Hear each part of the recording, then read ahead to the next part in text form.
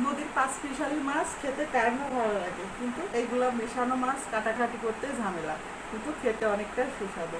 আসসালামু আলাইকুম, সবাই কেমন আছেন? আলহামদুলিল্লাহ, আমি ভালো আছি। তো আজকে আপনাদের ভাইয়া বাজারে গেছিল, আর বাজার থেকে এই তো পাঁচ মিশালি ট্যাংরা, গুচি, পুঁটি, নদীর পুঁটি, কই, কানুস সব ধরনের মাছই আছে। এই মাছগুলা নিয়ে আসছে। এখন আমি এই মাছগুলা সুন্দর করে কেটে ধুয়ে পরিষ্কার করে নিয়ে তারপরে আপনাদেরকে দেখাবো কিভাবে কি রান্না করব।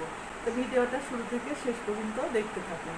তো আমার মাছগুলা সব কাটা হয়ে গেছে, এখন আমি পরিষ্কার করে ধুয়ে নিব। এ তো আমার মাছগুলা সব ভালো করে ধোয়া হয়ে গেছে। আর এই তো দেখুন গাছের টাটকা ফ্রেশ লাউ। আর আজকে আমার বাসার পাশের একটা ভাবি দিয়ে গেল, ওদের গাছে অনেক লাউ ধরেছে, আর সেখান থেকে উনি এই লাউটা ভালোবেসে আমাকে দিয়ে গেল। তো এখন এই টাটকা লাউটাই আমি আজকে রান্না করব। এই তো যে মাছগুলো নিয়ে আসছে এগুলো আমি সুন্দর করে কেটে ধুয়ে নিয়েছি, আর যেহেতু এগুলো পাঁচ মিশালি মাছ, তাই আজকে পাঁচ মিশালি মাছ দিয়েই ওই টাটকা লাউটা রান্না করব। এই তো এখন লাউটা আমি কেটে নিব। এই তো লাউটা আমি সুন্দর করে কেটে নিয়েছি, আর লাউটা এত কচি দেখলে বোঝা যাচ্ছে, মাশাআল্লাহ কত সুন্দর। তার এদিকে মাছগুলা সুন্দর করে কেটে ধুয়ে কিছুটা ফ্রিজে রেখে দিয়েছি, আর এই যে বাদ বাকি সব মিশানো মাছ নিয়ে নিয়েছি। এখন আমি এগুলা রান্না করব।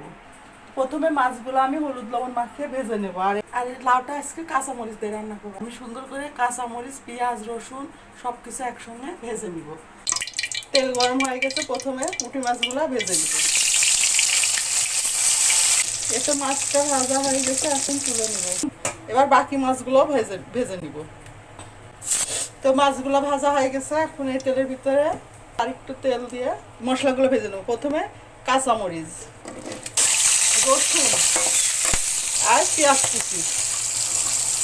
এখন এই মশলাটা ভালো করে ভেজে নিব। পেঁয়াজ ভাজা হয়ে গেছে, এর ভিতরে কিছুটা গোটা জিরা দিয়ে দিব। এতে মশলাগুলো ভাজা হয়ে গেছে, এখন নামিয়ে নিব। তো মশলাগুলা তুলে নেওয়া হয়ে গেছে, এখন এই তেলের ভিতরে একটু হলুদ দিয়ে দিব আর একটু ধনিয়ার গুঁড়া। এবার ধুয়ে রাখা লাউগুলা দিয়ে দেবো। এবার দিয়ে দেবো স্বাদ মতো লবণ। এখন এর ভিতরে আমি একটু পানি দিব না, এভাবে ভালো করে কষিয়ে নিব। আর লাউ থেকে যে পানি বের হবে সেটা দিয়ে সিদ্ধ হয়ে যাবে। এটা আপনাদেরকে বলেছিলাম যে লাউয়ে পানি দিব না, আমি লাউয়ে একটু পানি দিই। দেখুন লাউটা টাটকা তরতাজা লাউ, তার কত পানি বের হয়েছে। এই পানিতে লাউটা সুন্দর সিদ্ধ হয়ে যাবে। এখন আমি এই যে একসঙ্গে বেটে রাখা সব ভাজা মশলা দিয়ে দিব। এবার ভালো করে মশলাটা লাউয়ের সঙ্গে মিশিয়ে দেবো। এখন আমার লাউটা ভালো করে কষানো হয়ে গেছে, আর লাউ থেকে এতটা পানি বের হয়ে গেছে। এখন আমি এর ভিতরে মাছগুলো দিয়ে দিব। এই তরকারিটা ঝোল দেওয়া লাগবে না।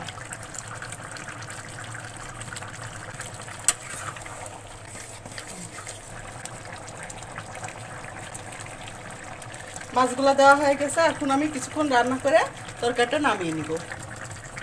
এই তো দেখুন আমার লাউ দিয়ে পাঁচ মিশালি মাছটা রান্না হয়ে গেছে, এখন আমি নামিয়ে নিব।